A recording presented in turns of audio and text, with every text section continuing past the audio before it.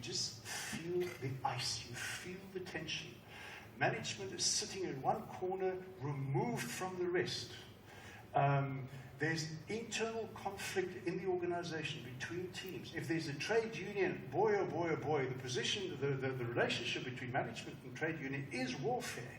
It's a terrible organization. Terrible, terrible environment to work in. And of course, low productivity, high absenteeism, and so on. In my own experience, and you must judge for yourself whether I'm right, and it doesn't matter the context of the country, this is where most corporates find themselves.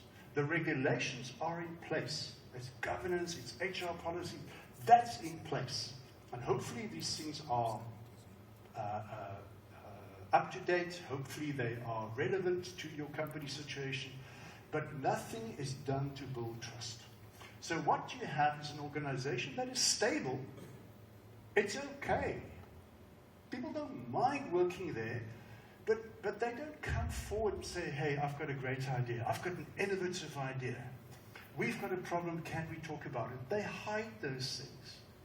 They only speak up when the procedures require them to. For the rest, they just head down, do my job, and get my pay.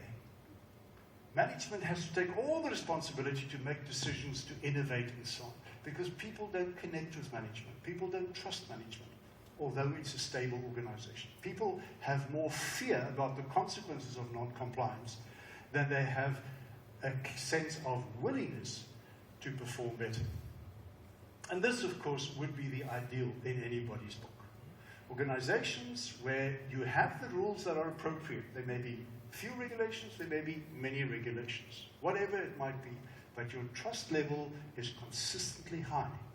Of course it can go up and down. Things happen that can hurt trust, that can shake trust. But if it's a strong foundation you start with, it can, in most cases, be rebuilt. So the point is that that is the kind of organization where you find people who engage with management because management engages with them, where people come forward with innovative ideas. We come across many organizations that say one of the key challenges we have is innovation.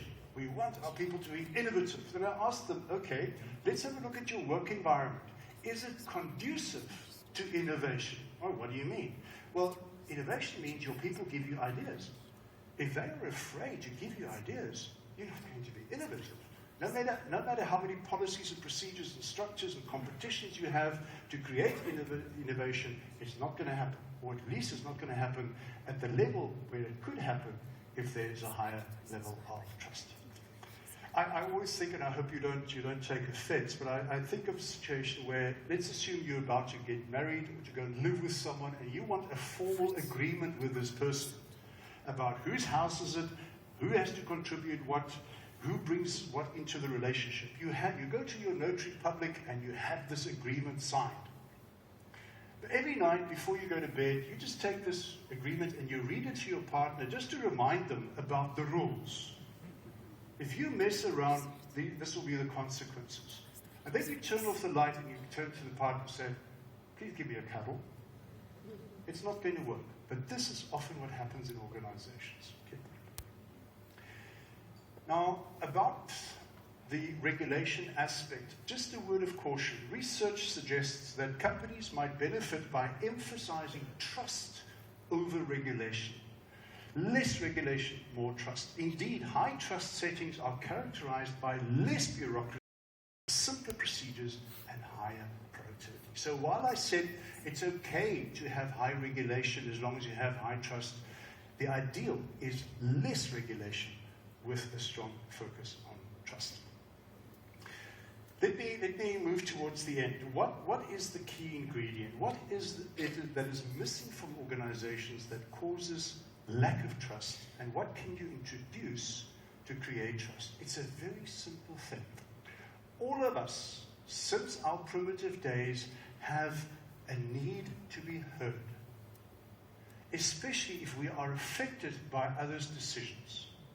If a judge says to you, you're guilty and you didn't have an opportunity to state your case, you're going to feel very upset. If somebody at home makes a decision while you're still trying to be heard, be upset. The same in the work environment. People don't want you to agree with them necessarily. They want you to hear them if your decision in any way affects them. That is a fundamental need we all have. And we ignore that at our peril. And that is what voice is all about. It is not about allowing people to shout and scream and be disrespectful. What it is, as you'll see, it's simply hearing people before you make decisions. John Purcell again, voice is the multifaceted activity which is most obviously connected to the generation of trust. It's key. Back to the INSEAD study, voice builds trust and commitment. Trust and commitment produce voluntary cooperation. Voluntary cooperation drives performance, leading people to go beyond the call of duty by sharing their knowledge and applying their creativity. There's your innovation. In all the management contexts we've studied, whatever the task, we have consistently observed this dynamic at work. So what do we do to give people voice? Very simple. Let's take this example. The company has to restructure. This will impact on people. Maybe they won't lose their jobs. Their pay won't be affected, but their jobs might change a little bit. Somehow, things are going to change for them. So often we sit in our boardroom and we make these plans and we go tell people what we're going to do. And then we are surprised if they resist what we just did. If they don't buy in. We're surprised. And then we say, these people don't listen. These people are insubordinate. We have missed the golden rule that people don't want you to agree with them necessarily. They want you to hear them. And that's what voice is about. So if you have to do something in your organization that will affect people in a negative way, the first thing is to provide an explanation, to go to people and say, this is what we like to do, and here are the reasons why, and this is the information that we currently have. Secondly, we then invite them to engage with us. Have a look at this. Give us your inputs. Now, this is only half the story, because as the English say, the proof of the pudding, the really important thing, is that people will know that you've heard them if you have either accepted what they said, or you've given them reasons why you don't accept what they have said to you. So if I give you an idea, I think we can try this and this and this, and management says this won't work, give me the brief reasons. Even if I don't agree with you, I will probably accept your decision because I was part of it.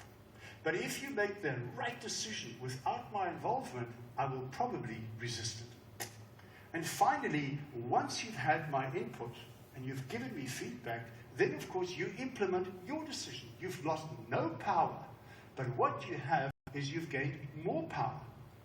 You've got the power of trust. And secondly, you've improved your decision making because you've got better information. And thirdly, you've got buy-in with your decision. Why is that so difficult? And then finally, of course, once you implement those decisions, people need to know exactly what you expect of them. The expectations must be made clear. All right. So ultimately, voice is the one thing that helps us as managers, as leaders, as business owners, create trustworthiness in us. It shows that we are reliable. It shows that we are competent. It shows that we are credible and honest. So let me end off by just giving you this brief quote. I know there's a Dutch version apparently that trust arrives on foot, but it leaves on horseback. Have you heard that? Here's another version of it. Trust takes years to build, seconds to break, and forever to rebuild. So let me leave you with this question.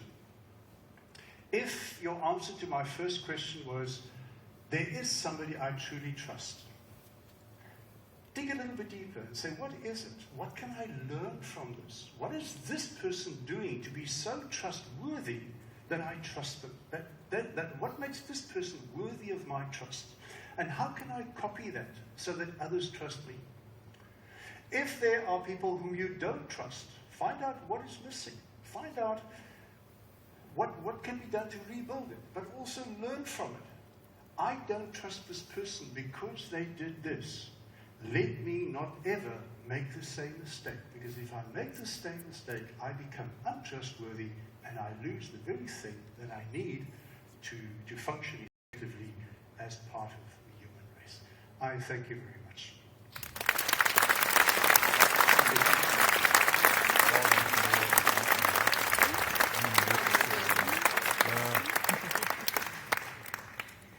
Merci beaucoup, Barney, Jordan. Et alors, maintenant, mesdames et messieurs, le moment suprême de ce soir, la proclamation des Best Workplaces 2006. Best Workplaces is een grootschalig onderzoek, dat weet u, in meer dan 49 landen wereldwijd, waaronder de EU-lidstaten.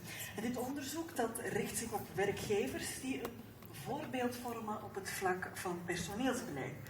Juste un bref résumé encore de ce qui va suivre. Dans quelques instants, 20 gagnants seront proclamés. Le top 10 Best Workplaces des organisations de moins de 500 collaborateurs. Et alors le top 10 dans la catégorie d'organisations de plus de 500 collaborateurs. Et en plus, 3 awards spéciaux seront remis. Un award pour des résultats supérieurs au niveau de développement stratégique des talents. Un autre pour la marque employeur et l'award reconnaissance. We gaan eraan beginnen. Mag ik uw aandacht allemaal vragen? Eerst en vooral dus de lijst met de organisaties met minder dan 500 medewerkers. Op nummer 10 hebben we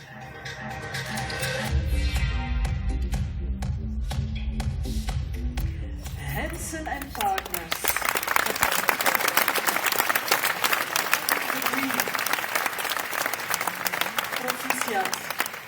Depuis quelques années, Hansen & Partners organise une grande fête after work, non seulement pour les employés, mais aussi pour les anciens collègues qui quittent l'organisation sont la bienvenue. Cette année, tous les invités ont reçu un verre de champagne avec un diamant dedans. Vrai ou faux? Ça, je ne sais pas. Op nummer 9 hebben we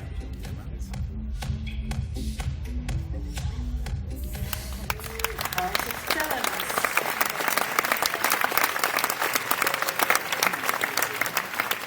En bij House of Talents gaan ze jaarlijks op zoek naar de verpersoonlijking van hun bedrijfsslogan. Succes is een attitude. Ook even vermelden dat ze nieuw zijn in onze top 10. De award voor het meest waardevolle talent van het jaar gaat daar naar de medewerker die flexibiliteit, initiatief en collegialiteit toonde. Dikke proficiat, House of Talents. Man, zenuwachtig.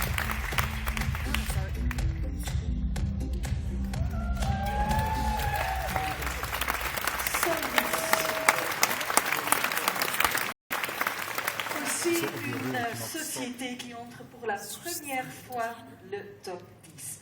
Solvus a très bien compris qu'un élément clé pour augmenter l'engagement, c'est être à l'écoute des collaborateurs.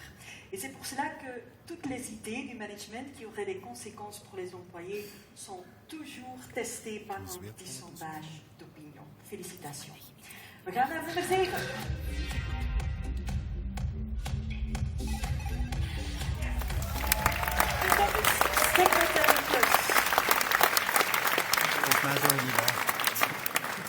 Werken in de zomer, dat moet ik u niet vertellen, dat is niet altijd eenvoudig. Zeker en vast wanneer er op Facebook allerlei vakantiefoto's verschijnen. En daarom besloot Secretary Plus om ijsjes uit te delen op de dagen waarbij de temperaturen hoger zijn dan 30 graden.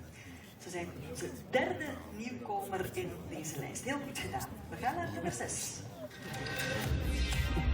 Ja, shit.